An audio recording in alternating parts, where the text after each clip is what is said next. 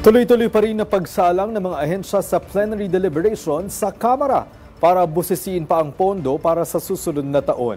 Kabilang na nga riyan ang Department of Public Works and Highways na inabot na ng madaling araw.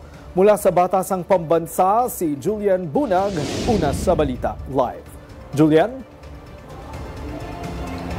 Greg, isa sa dumalo sa plenary deliberations kaninang madaling araw, si DPWH Secretary Vince Dizon. Ang pagtalakay sa kanilang pondo ay inabot ng halos 3.5 oras kaninang umaga. Hindi na iwasang matalakay ng mga kongresista sa plenaryo ang usapin ng ghost flood control projects ng ahensya. Dito iginiit ni Surigao del Sur 1st District Representative at Budget Sponsor Romeo Momo Sr. na hindi natitiyakin na aniya ng ahensya na hindi mauulit ang mga bagay na ito sa 2026 national budget. Under 2026 budget, wala na tayong flood control, di ba? Ang succeeding releases, kung mayroon man, babantayan na ng husto ng Department of Public Works and Highways, and it should be in compliance with, it will follow if there is a detailed engineering or master plan ng isang river basin or principal river, then yan ang ilang susundin at siguruin nilang ma-implement ang tama. Ayon kay Caloocan 2nd District Representative Egay Erice, marami sa flood control projects na inalis sa pondo ng DPWH ay kailangan din ng ating mga kababayan at matagal na rin anyang hinihintay.